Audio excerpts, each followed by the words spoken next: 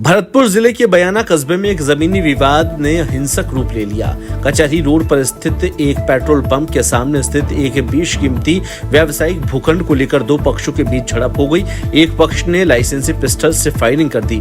विवाद के दौरान एक पक्ष ने दूसरे पक्ष पर लाठियों से हमला किया और एक टीन शेड को आग लगा दी। साथ ही दुकानों के शीशे भी तोड़ डाले। बताया जा रहा है कि 2 दिन पहले इस भूखंड की प्रशासनिक निगरानी में पैमाइश हुई थी, जिसके बाद से ही विवाद की स्थिति बनी हुई थी। सूचना मिलने पर अतिरिक्त पुलिस अधीक्षक हरिराम कुमावत पुलिस बल के साथ मौके पर पहुंचे। पुलिस ने कुछ लोगों को हिरासत में लिया और फरार लोगों की तलाशी जारी है।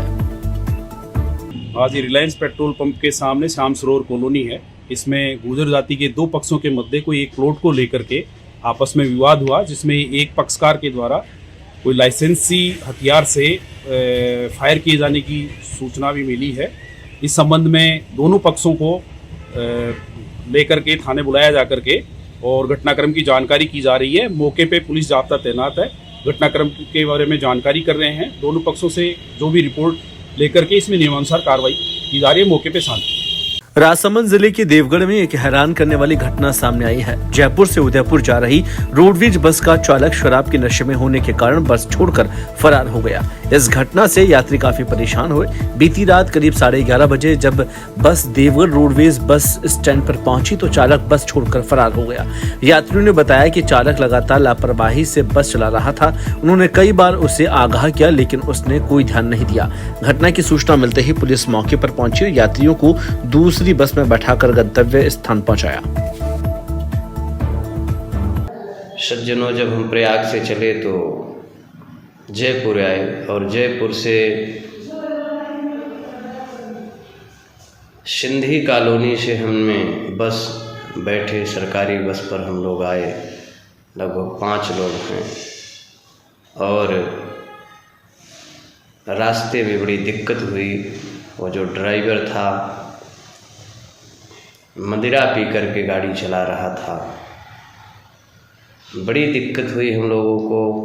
रास्ते में ब्रेक मारता था, गिर जाते थे लोग, फिर जल्दी से बंद करता था गाड़ी, फिर चलाता था। देवगढ़ में आया, खड़ी कर दिया। हमको रात में पहुंचना था क्योंकि आज से ही हमारी कथा है। बड़ी दिक्कत हुई। दिक्कत के साथ साथ वहाँ पर हमारे जजमान जो थे उनको मैंने कॉलिंग किया। फिर उन्होंने अपने रिश्तेदार को बोले देवगढ़ में। उन्होंने आकर के किसी तरह से फिर सरकारी गाड़ी आई तो वहाँ से हम आए। हम एक सनातनी हैं और हर जगह हमारी कथा होती रहती है। राजस्थान, गुजरात, कर्नाटक, आंध्रा, छत्तीसगढ़, महाराष्ट्र, हर जगह हम भ्रमण करते रहते हैं, कथा करते हैं। लेकिन ऐसी दिक्कत जैसी दिक्कत कल आई, ऐसी दिक्कत हमको कभी नहीं आई।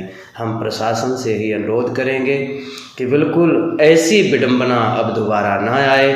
नहीं तो कल देखो, थोड़ी सी लापरवाही की वजह से पता नहीं कितने लोगों की जान चली जाती। 2 बार गाड़ी टकराई भी, लेकिन भगवान की ऐसी कृपा कि कुछ नहीं हुआ। इसलिए हम सभी सज्जनों से, भक्तों से अपने और प्रशासन से हम अनुरोध करेंगे कि इनको इसके करनी का फल अवश्य दिया जाए। जय श्री राम, जय श्री राधे, जय श्री कृष्ण। भारतीय किसान संघ ने किसानों की मांगों को लेकर एक प्रेस वार्ता का आयोजन किया, जिसमें किसानों की समस्याओं की चर्चा को लेकर जिला अध्यक्ष अमृत मीणा, प्रांत अध्यक्ष शंकर लाल नागर और प्रचार प्रमुख ब्रजमोहन मेहता ने किसानों की प्रमुख मांगों के बारे में जानकारी दी। इन मांगों में शामिल किसानों ने परवन की धीमी गति को लेकर चिंता जताई। इसके लिए आगामी बजट में विशेष बजट देने की मांग की है। ARCP योजना के तहत असिंचित क्षेत्रों में सिंचाई की सुविधा, दिन में बिजली उपलब्ध कराने की मांग, किसानों ने फसल खराब का मुआवजा समय पर मिलने, किसानों ने कृषि मंडी का विस्तार करने, धर्म कांटे से तोलने की व्यवस्था और चाइना लहसुन पर प्रतिबंध लगाने की मांग की है। जिलाध्यक्ष अमृत छगाना के अनुसार 8 जनवरी को शक्ति दर्शन कार्यक्रम में जिले के हर कोने से सैकड़ों की संख्या में किसान आएंगे। आज हमारी जो ये प्रेस वार्ता है, तो आने वाली 8 जनवरी को भारतीय किसान संघ का किसान शक्ति दर्शन कार्यक्रम जो होने जा रहा है उसको लेकर के की गई है। क्योंकि आज किसानों के सामने जो समस्याएं हैं, जैसे मान लीजिए हमारी परवन वृद्ध सिंचाई परियोजना है, उसके लिए पर्याप्त बजट सरकार नहीं दे रही है। और जो 2022 में पूरी होने वाली थी उसका अब अंदाजा ये नहीं है कि वो 2025 में भी पूरी होंगी कि 2026 में पूरी होंगी। तो इस प्रकार से हमारी परवण वृद्ध सिंचाई परियोजना का काम जो लटका पड़ा है उसके लिए पर्याप्त बजट नहीं है, उसको लेकर के आंदोलन है। ERCP की घोषणा तो कर दी गई, लेकिन हमारा शाहबाद, किशनगंज, केलवाड़ा, नारगढ़, छिपाबड़ोद, छबड़ा के कुछ गांव जो है वो उस ERCP से जोड़े नहीं गए। तो जब पानी यहाँ से उठ रहा है, यहाँ से दूसरी जगह पानी जा रहा है, तो यहाँ की धरती किसानों की सूखी क्यों रहे, इसको लेकर के ये आंदोलन है। किसान को उसकी उपज का मूल्य नहीं मिल रहा है। आज हमारी सोयाबीन 6,000 जहाँ बिकती थी 4,000 को भी बिक रही है। इस प्रकार से औने पौने दामों पर हमारी सोया फसल बिक रही है। तो इस प्रकार से सरकार का ध्यान इस ओर खींचने के लिए हम आंदोलनरत हैं। हम किसान 8 जनवरी को राजगढ़ थाना क्षेत्र के पिनान में एक अधेड़ व्यक्ति की संदिग्ध परिस्थितियों में मौत हो गई। मृतक के परिजनों ने हत्या की आशंका जताते हुए पुलिस में मामला दर्ज कराया है। मृतक कपूर चंद मीणा पिनान के बाईपास चौराहे पर टेंट की दुकान चलाता था।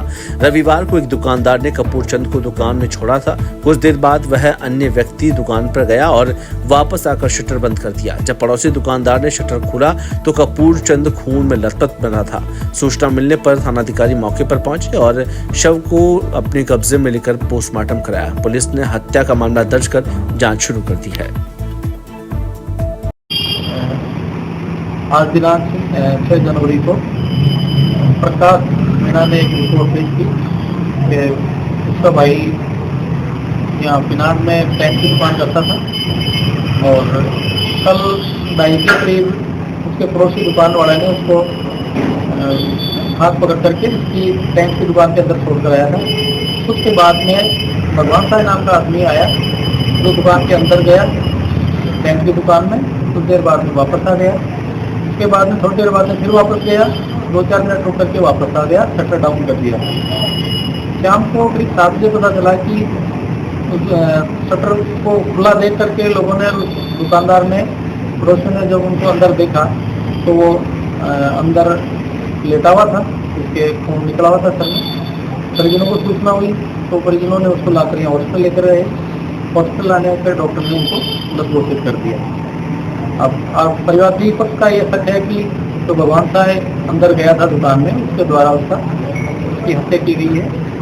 इस संबंध में उन्होंने FIR पेश की, जिसमें मुकदमा दर्ज कर लिया गया। मुकदमा दर्ज कर और बोर्ड से मृतक की लाश का पोस्टमार्टम कराया जाकर और लाश परिजनों को सुपुर्द की गई है। मृतक का नाम कपूर चंद है, उम्र करीब 55 वर्ष। ये कोडा नागर लक्ष्मणगढ़ थाना इलाके का रहने वाला है। का ज्ञान लगता है।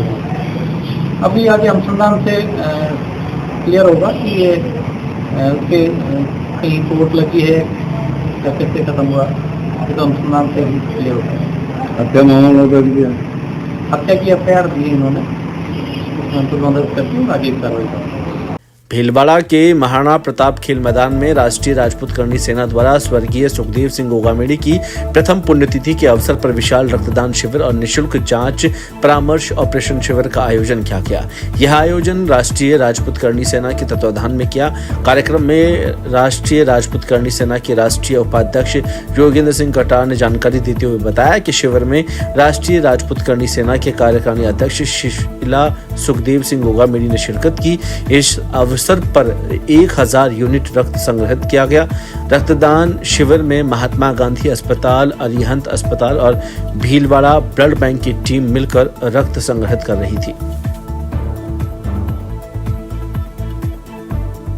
प्रथम पुण्यतिथि पर भी ब्लड कैंप लगाया गया है, इसको लेकर आप क्या कहना चाहेंगे?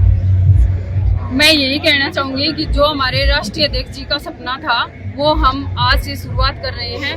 शुरुआत तो हमने 5 दिसंबर से कर दी थी उनकी मूर्ति लगा करके, लेकिन यहाँ पर जो राष्ट्र सेवा, जो समाज सेवा है, जो हम सर्व समाज को लेकर के चल रहे हैं, वो यहीं से शुरू होती है। क्योंकि यहाँ पर हर इलाज, चाहे वो बच्चादानी का हो या हार्ट का हो या आँखों का हो, यहीं से शुरुआत होती है। तो ये हमारी समाज सेवा इनमें से एक रहेगी। इस प्रकार का जो कैंप लगाया गया, हर बार लगाया जाएगा या पहली बार लगाया गया? ये पहली बार नहीं होगा, ये पहली और लास्ट वाली तो बात ही छोड़ दो, क्योंकि ये तो हमारा आजीवन रहेगा। हमें जब भी मौका मिलेगा, हमें जहाँ भी समाज सेवा करने का मौका मिलेगा, हम सदैव आगे रहेंगे, तत्पर रहेंगे। कहीं से ना क्या राजनीति में प्रवेश राजनीति में क्या कहीं से ना प्रवेश आगामी चुनाव को लेकर देखिए, मैं आपको एक बात बता दूं कि ये करनी सेना है, ये सुखदेव सिंह गोगामेडी की सेना है। इस सेना में कब क्या हो जाए लोगों के सोच से परे होगा। और रही बात राजनीति की, तो जब समाज चाहेगा राजनीति में कूदने की, उनको जरूरत पड़ेगी, तो हाँ जरूर, हमारी खुद की एक पार्टी है राष्ट्रीय लोक सेवक पार्टी, और जल्दी चाहे दिल्ली चुनाव हो या फिर अदर यहाँ पर होगा, हाँ बिल्कुल लड़ेंगे, सबको लड़ाएंगे हम। नेता प्रतिपक्ष और अलवर ग्रामीण विधायक टीकाराम जूली ने मालाखड़ा ब्लॉक के कई गांवों में करोड़ों रुपए की लागत से विभिन्न विकास कार्यों के उद्घाटन कार्यक्रम में भाग लिया। इस दौरान उन्होंने ग्रामीण विधानसभा क्षेत्र में इंटरलॉकिंग सड़कों, शमशान घाट निर्माण, वाटर कूलर, ग्रेवल सड़क, सिंगल फेज बोरिंग और पाइपलाइन का उद्घाटन किया। टीकाराम जूली ने ग्रामीणों को संबोधित करते हुए कहा कि सड़कों का निर्माण केवल कनेक्टिविटी का काम नहीं करता, बल्कि यह क्षेत्र के विकास को गति देने की में भी महत्वपूर्ण भूमिका निभाता है। उधर सिखों के 10वें गुरु गोविंद सिंह के प्रकाश पर्व के अवसर पर उप मुख्यमंत्री दिया कुमारी ने जयपुर स्थित सिटी पैलेस के सर्वतोभृत चौक में गुरु की तस्वीर पर पुष्पांजलि अर्पित की। इस मौके पर उन्होंने गुरु गोविंद सिंह जी की ऐतिहासिक तलवार की पूजा अर्चना की। उप मुख्यमंत्री ने कहा कि गुरु गोविंद सिंह जी का त्याग, बलिदान और शौर्य की गाथा हम सभी को हमेशा प्रेरित करती रहेगी।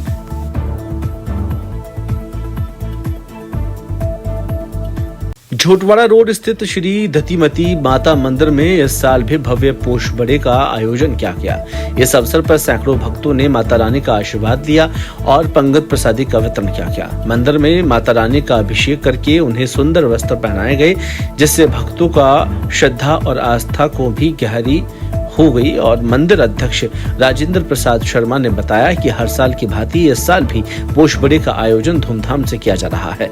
सैकड़ों भक्तों ने इस आयोजन में भाग लिया। इस अवसर पर भक्तों ने मंदिर परिसर में पूजा अर्चना की और माता रानी से सुख समृद्धि की कामना की।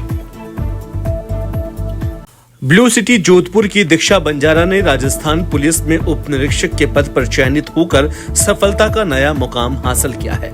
दीक्षा ने हाल ही में पुलिस उप निरीक्षक की ट्रेनिंग पूरी की है और वह अब अपने आवंटित जिले में ज्वाइनिंग करेगी। ट्रेनिंग समाप्त होने के बाद जब दीक्षा अपने घर लौटी तो परिवार और मोहल्ले के लोगों ने उनका भव्य स्वागत किया। इस अवसर पर आयुक्त नगर परिषद सिरोही आशुतोष आचार्य ने उन्हें उपस्थित होकर बधाई दी। दीक्षा के पिता कमल बंजारा अपनी बेटे की सफलता पर भावुक हो गए। इस मौके पर परिवार और मोहल्ले वासियों में खुशी और उत्साह का माहौल था। दीक्षा ने पहले पटवारी के पद पर कार्य किया था और एसआई भर्ती परीक्षा में 1212वीं रैंक हासिल की। अब 15 माह की ट्रेनिंग पूरी कर वह बाड़मेर जिले में अपनी सेवाएं देने के लिए तैयार है। सीकर पहुंचने पर शेरा जाट का भव्य स्वागत किया गया। इस मौके पर उन्हें साफा और माला पहनाकर सम्मानित किया गया। शेरा जाट ने जाट समाज में फैल रही बुराइयों के खिलाफ एक मुहिम चलाने का आह्वान किया और कहा कि समाज में कुछ लोग भ्रांतियां फैलाकर बुराइयां बढ़ाने का प्रयास कर रहे हैं। ऐसे लोगों के खिलाफ समाज को एकजुट होकर लड़ाई लड़नी चाहिए। स्वागत कार्यक्रम में जाट समाज के कई प्रमुख सदस्य उपस्थित रहे।